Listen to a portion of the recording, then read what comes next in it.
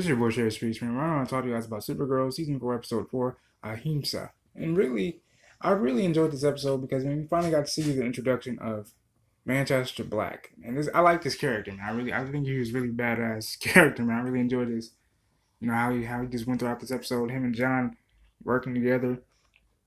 But unfortunately, this man's heart is now shattered because the love of his fiance, Fiona, unfortunately, transitioned.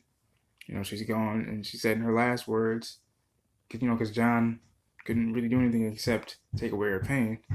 She said, "Promise me you won't be angry." And at the very end of the episode, we see him saying, "Okay, how much for the lot?" He pretty much went to a female gun dealer to get strapped. I mean, honestly, I don't really blame the man. I mean, he just lost the love of his life. And frankly, again, I don't really fucking blame him. I would probably do the same damn thing.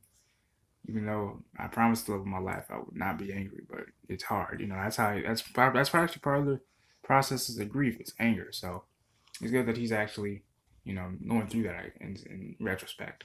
But I really liked about this episode just how everyone kind of had their own little tag team. You had Alex and Kara. You had Brainiac and Lena. You had James even working out there. He went to the fair and kicked some ass too. He said, look, because Lena was worried about him going to prison. He's like, what if he got caught and went to prison?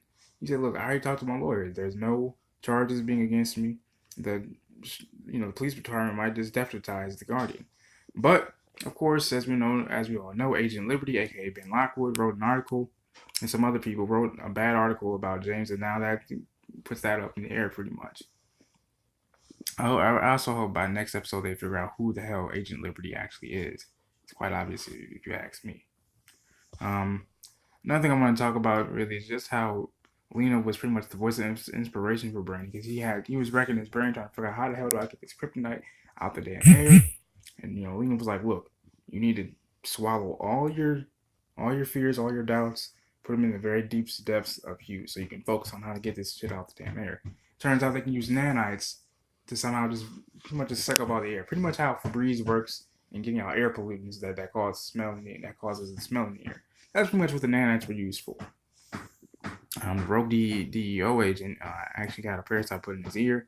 Same parasite that they used to control Fiona's telepathic powers. That's how John, was able to find out where she was.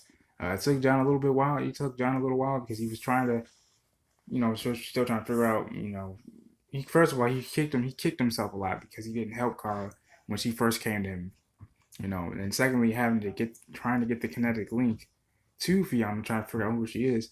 That actually ended up happening after John figured out, okay, I just need something with emotional weight to it, and I can use that as a cell tower to connect myself to Fiona, and he did just that. That showdown at the police station was dope as hell. Really enjoyed the little Iron Man Supergirl suit. That was pretty damn dope in my opinion. Even though I put Kara's life at risk. I mean, she does it every single time she flies out there to save the national city. So I mean, why is that anything new? Once again, Alex has a babysitter, which is cool. I mean, as long as she's not fired, because we even saw that between where Alex and John were talking. Because John wasn't sure, okay, which person he was gonna be.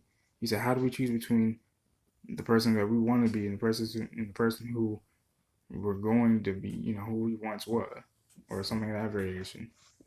And it turns out, because Alex said, "You know what? Look," because Alex felt like, she wasn't fit to be the DEO director. Whereas John, said otherwise. He said, "Look, I think that's the only good thing I think that's the only good decision that I made was making you the director of DEO." And that turned out to be true after they stopped everybody. I believe the Mercy twins are actually dead. We saw at the very end of the episode that evil Supergirl came out of her little non-kryptonic shell. She said, "May I commence my training now?" And he said, "Hell yeah!" So we'll definitely see what happens with this next week, man. This has been your boy Sherry Speaks. I'm really looking forward to seeing how Manchester Black goes about his business. I really am. And how they take down Agent Liberty, because that guy needs to go.